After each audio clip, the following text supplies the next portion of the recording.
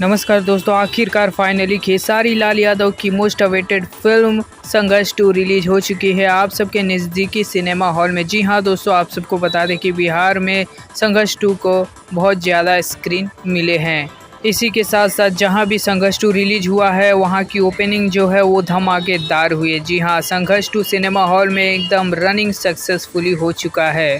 Film के promotion को लेकर खेसारी लाल यादव काफ़ी मेहनत कर रहे हैं। इसके अलावा अविनाश सिनेमा में भी खेसारी लाल यादव गए थे। वहाँ के दर्शकों से खेसारी लाल यादव मिलकर काफ़ी खुश हुए और वहाँ के दर्शक भी काफ़ी खुश हुए। इसके अलावा दोस्तों, आप सबको बता दें कि खेसारी लाल यादव और भी मेहनत करने वाले हैं फिल्म को प्रमोशन को लेकर, क्योंकि यह फिल्म बहुत ही धमाकेदार और ज़बरदस्त बनी है जिसका बजट काफ़ी हाई है।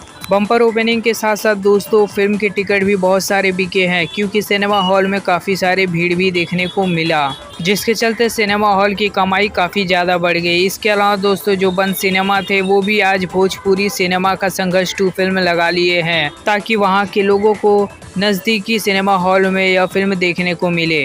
तो दोस्तों बने रहिए हमारे इस खबर के साथ साथ। मिलते हैं अगली वीडियो में कोई और नई खबर के साथ। धन्यवाद। जाते जाते चैनल को सब्सक्राइब कर लें।